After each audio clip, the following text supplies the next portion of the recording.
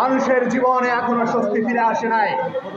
আমরা এই মানুষের জীবনে স্বস্তি ফিরিয়ে আনার জন্য, নতুন বাংলাদেশ গড়ার জন্য এই অভ্যুত্থান করেছি। এই অভ্যুত্থানের ভেতর দিয়ে আমরা একটা নতুন রাজনৈতিক বন্দোবস্ত চালু করতে চেয়েছি, কিন্তু আমরা দেখেছি যে এই নতুন রাজনৈতিক বন্দোবস্ত চালু হওয়ার বিপক্ষে যারা ছিল তাদের এখনো বিচারের সম্মুখীন করা হয় নাই। ফলে তাদের যথাযথভাবে দ্রুততার সাথে যত দ্রুত সম্ভব বিচারের সম্মুখীন করতে হবে এবং সবাইকে শাস্তির আওতায় আনতে হবে।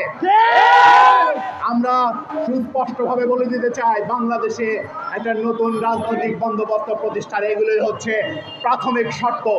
এরপরে বাকি বিষয় নিয়ে আমরা আলোচনা করতে পারি, সমঝোতা করতে পারি, সবাই মিলে ঐক্যমত হয়ে বাংলাদেশকে নতুনভাবে করতে পারি।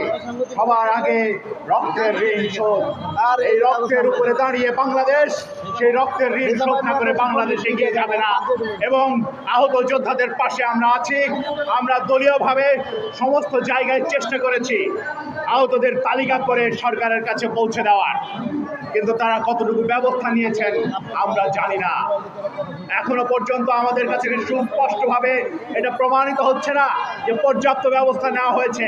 আমরা অবিলম্বে পর্যাপ্ত ব্যবস্থা নেওয়ার আহ্বান জানাই এবং সরকারকে এরকম ঢিলে তালে কাজ না করে দ্রুততার সাথে তার কাজ সম্পন্ন করার আহ্বান জানাই, বিশেষত আহত এবং শহীদদের ক্ষেত্রে। সবাইকে আবারও শুভেচ্ছা, সালাম এবং ধন্যবাদ জানাই। আমাদের দাবি, আমাদের দাবি, আমাদের দাবি, আমাদের দাবি, দালালদের কালো হাত, দালালদের কালো হাত, আবু সাইদ মুগ্ধ, আবু সাইদ মুগ্ধ।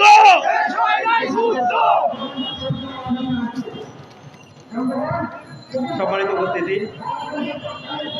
আমাদের এই দাবির সাথে সংহতি প্রকাশ করেছেন ঢাকা বিশ্ববিদ্যালয়ের আন্তর্জাতিক সম্পর্ক বিভাগের অধ্যাপক মোহাম্মদ তাজদির উদ্দিন সোহেল স্যার। আর অল্প সময়ের ভিতরেই আমাদের মাঝে উপস্থিত হবেন ডাকসুর সাবেক ভিপি নুরুল হক নূর।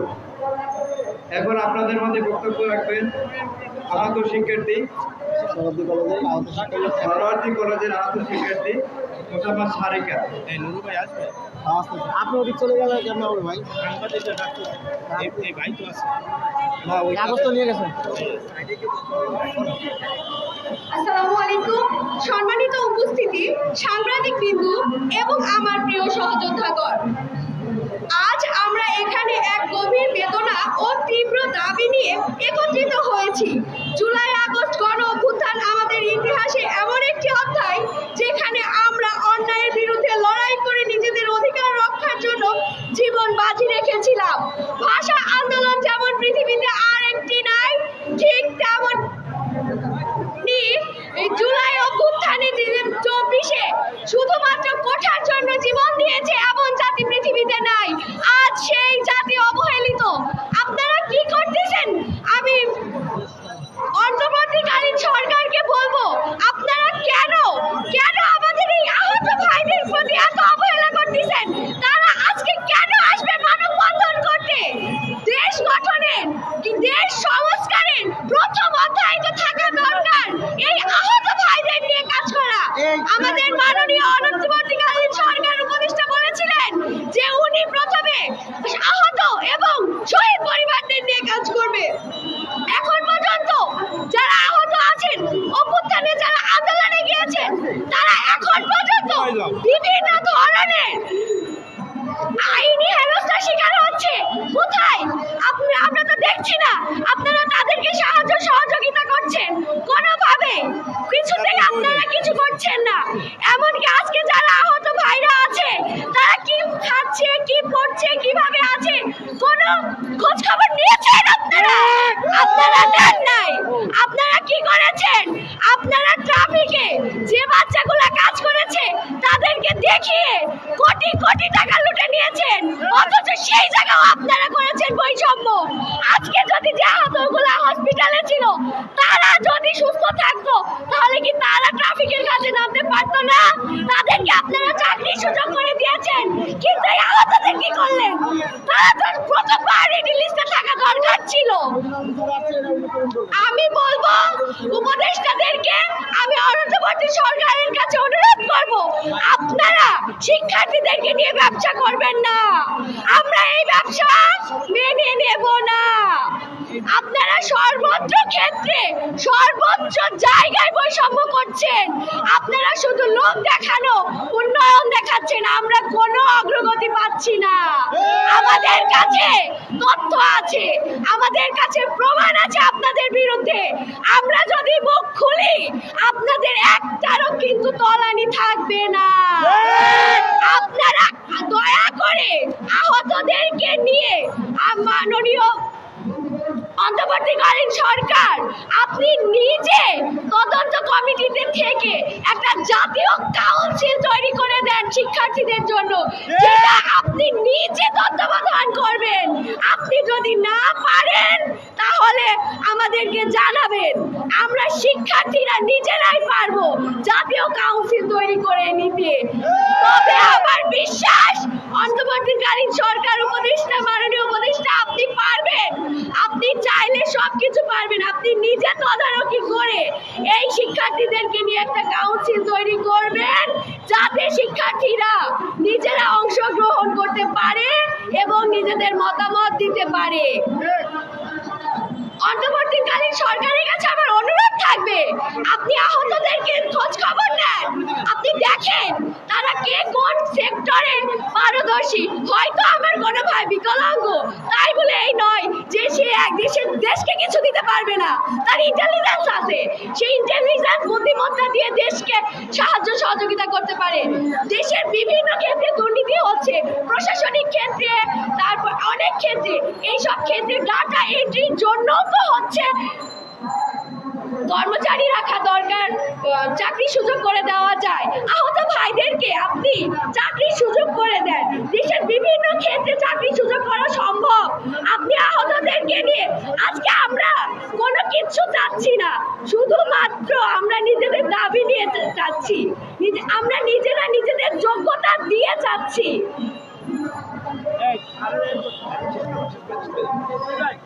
দিল্লি না ঢাকা, ঢাকা ঢাকা দিল্লি না ঢাকা, ঢাকা ঢাকা দিল্লি না ঢাকা, ঢাকা ঢাকা। সম্মানিত উপস্থিতি, এইমাত্র আমাদের মাঝে এসে উপস্থিত হয়েছেন বিশিষ্ট চলচ্চিত্র শিল্পী, আলোকচিত্র শিল্পী ও মানবাধিকার কর্মী জনাব শহীদুল আলম। এইমাত্র আমাদের মাঝে এসে উপস্থিত হয়েছে আলোকচিত্র শিল্পী ও মানবাধিকার কর্মী জনাব শহীদুল আলম। আমাদের এই কর্মচারী যোদ্ধাদের এই প্রোগ্রামের পক্ষ থেকে তাকে অভিনন্দন জানাচ্ছি। জীবন ভাইয়ের নাম বলেন। এখন গুরুত্বপূর্ণ বক্তব্য রাখবেন, চব্বিশে জুলাই অভ্যুত্থানে সম্মুখসারী যোদ্ধা, যিনি এই আন্দোলন করতে গিয়ে তার মেরুদণ্ড হারিয়েছেন, পঙ্গুত্ব জীবনের দিকে অগ্রসরিত হওয়া সেই আহত যোদ্ধা জনাব আহমেদ জীবন।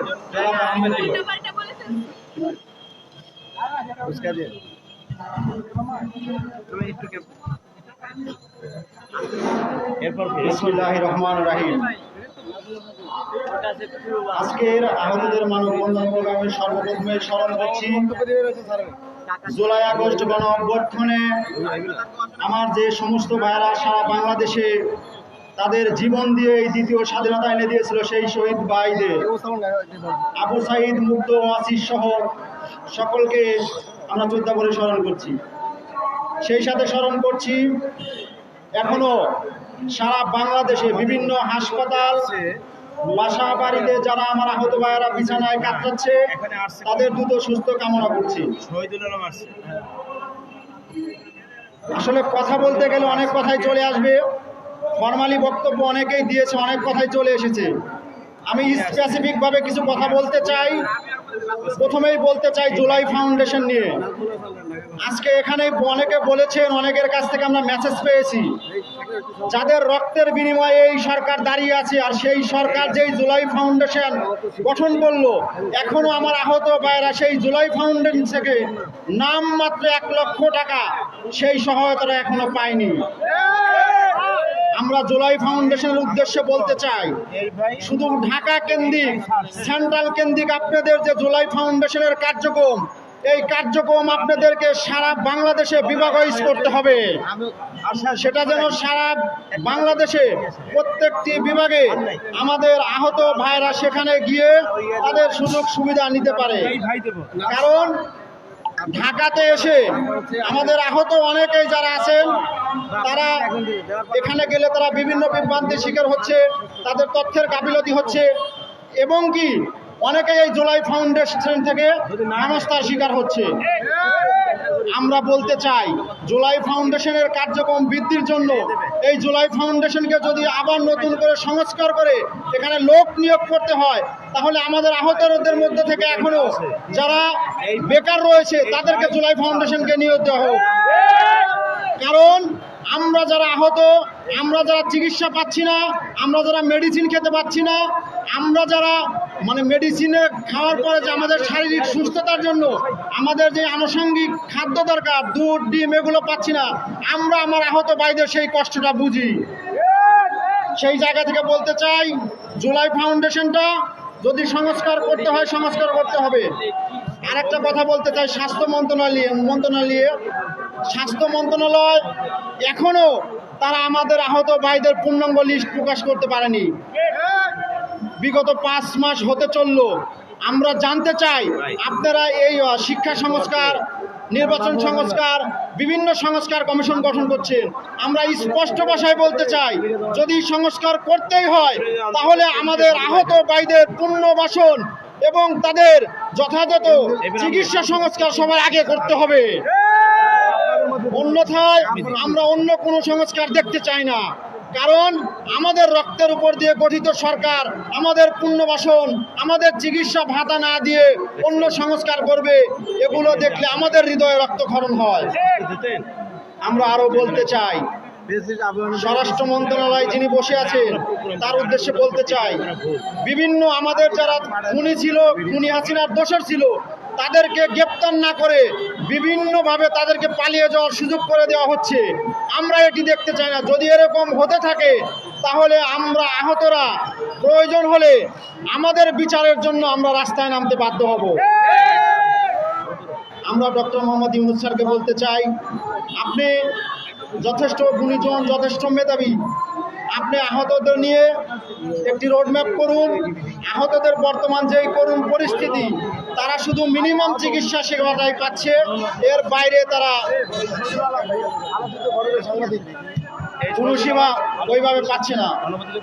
আমরা স্পষ্ট ভাষায় একটি কথা বলতে চাই, আজকে আহত ভাইদের পক্ষ থেকে যে দাবিগুলো উত্থাপন করা হয়েছে, আমি একজন আহত শিক্ষার্থী হিসেবে এই দাবির প্রতি সংহতি জানিয়ে আমার সংক্ষিপ্ত বক্তব্য শেষ করছি। আসসালামু আলাইকুম।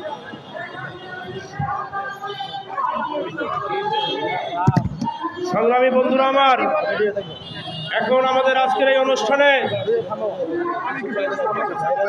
সংহতি জানিয়ে মূল্যবান বক্তব্য রাখবেন বৈষম্য বিরোধী ছাত্র আন্দোলনের কেন্দ্রীয় কমিটির অন্যতম সমন্বয়ক, যিনি ছাত্রদের অধিকার নিয়ে রাজপথে আন্দোলন সংগ্রাম চালিয়ে যাচ্ছেন এবং জুলাই আগস্টের সম্মুখ সারির আহত একজন যোদ্ধা জনাব নাজমুল হাসান আমাদের মাঝে গুরুত্বপূর্ণ বক্তব্য রাখবেন।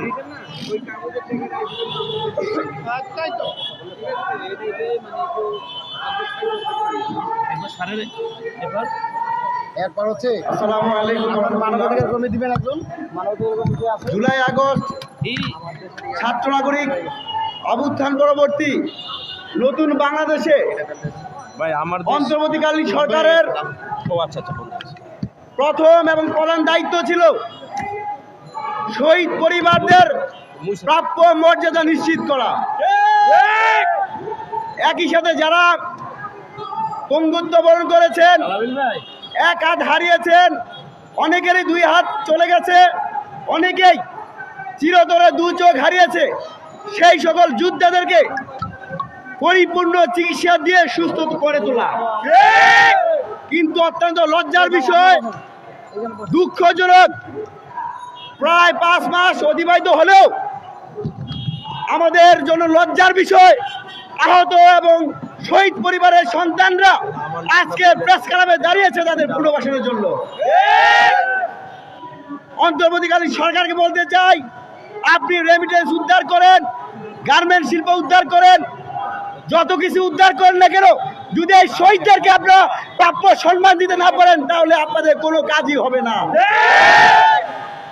আমরা স্পষ্ট করে বলতে চাই, অনতিবিলম্বে দ্রুত সময়ের মধ্যে পুরো বাংলাদেশে আমরা শুনতে পেয়েছি এখন পর্যন্ত প্রায় 2000 অধিক শহীদ হয়েছে, কিন্তু আমরা জুলাই স্মৃতি ফাউন্ডেশন কিংবা স্বাস্থ্য মন্ত্রণালয়ের আন্ডারে জানতে পেরেছি মাত্র 800+ কিছু শহীদের লিস্ট অন্তর্ভুক্ত হয়েছে।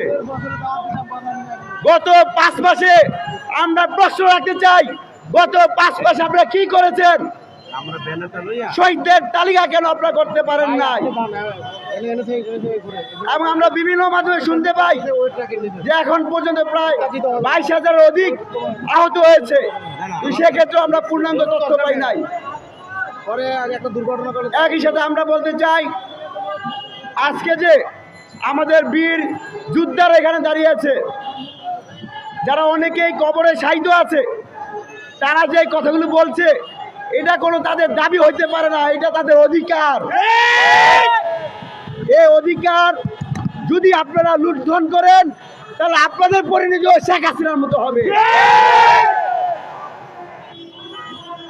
একই সাথে জুলাই স্মৃতি ফাউন্ডেশন থেকে শুরু করে আহত এবং শহীদের পরিবার নিয়ে আমরা বিভিন্ন রকম ব্যবসা বাণিজ্যের কথা শুনছি।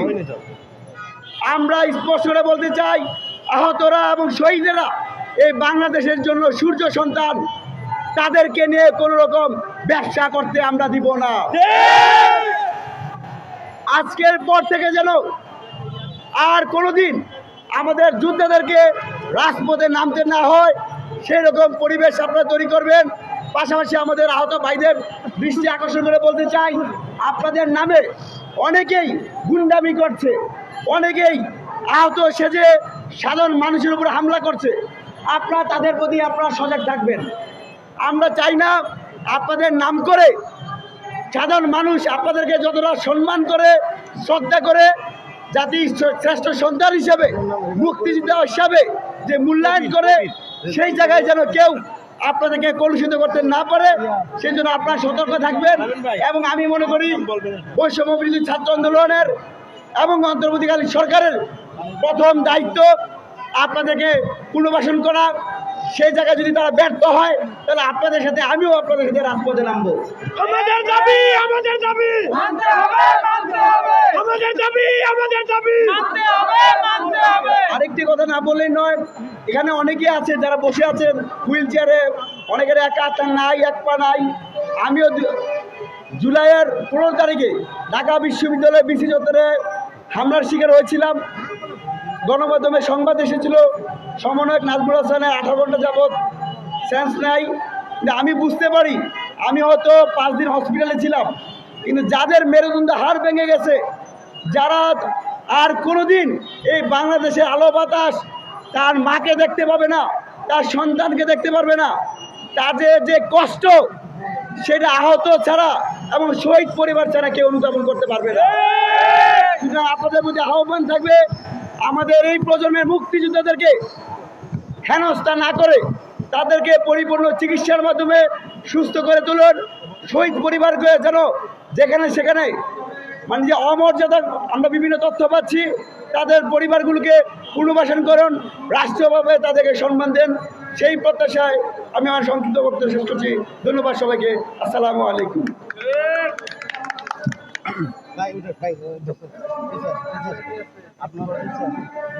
এখন আপনাদের সামনে বক্তব্য রাখবেন মিরপুরে আন্দোলন সংগ্রামের সময় যিনি সম্মুখ সারির একজন আমাদের সহকর্মী রেজাউল করিম রেজা ভাই, রেজাউল করিম রেজা ভাই।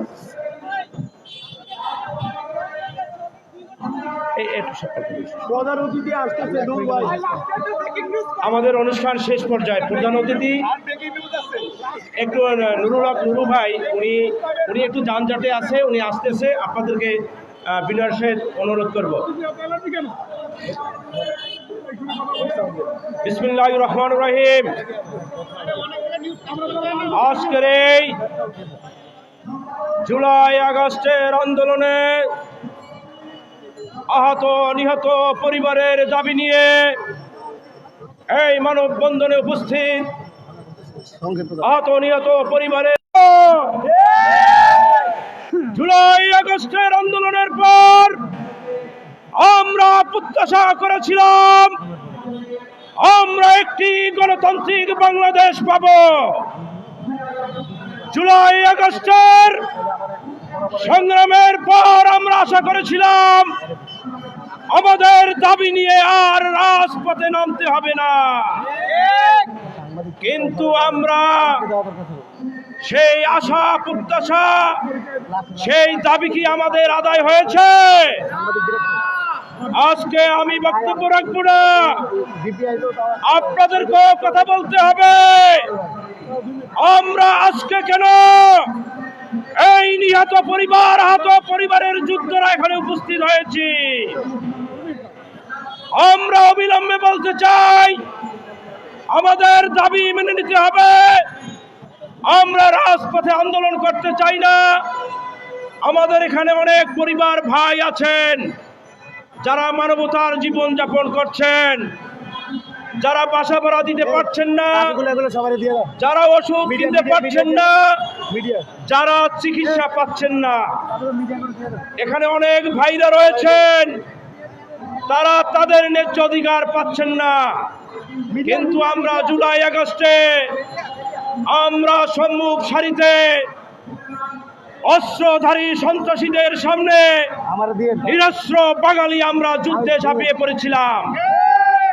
কিন্তু আমি অবিলম্বে বলতে চাই আমাদের দাবি মানতে হবে।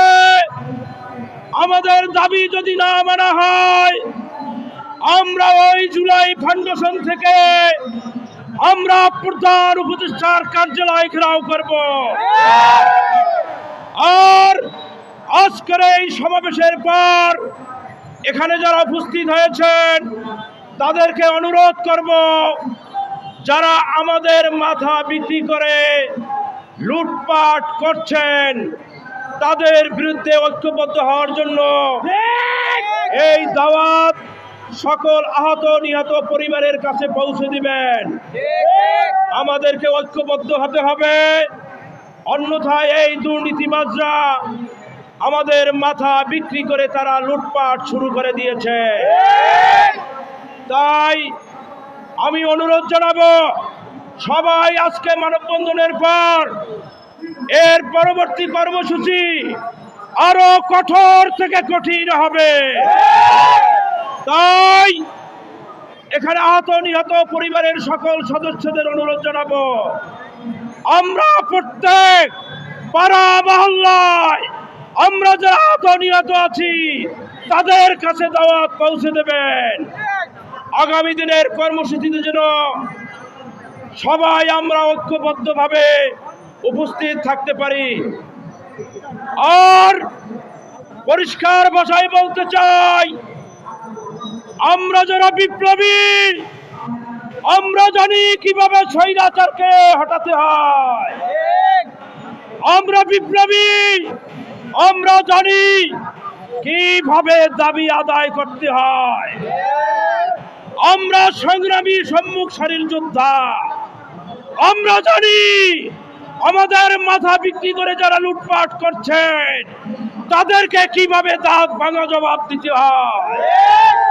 তাই আমাদের সর্বশেষ বলতে চাই আগামী দিনের কর্মসূচি আমরা আরো জোরালো ভাবে পালন করব।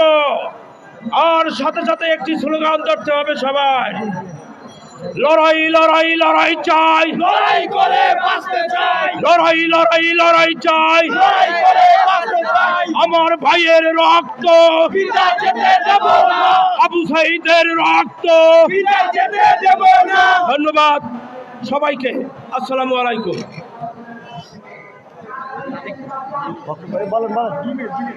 এখন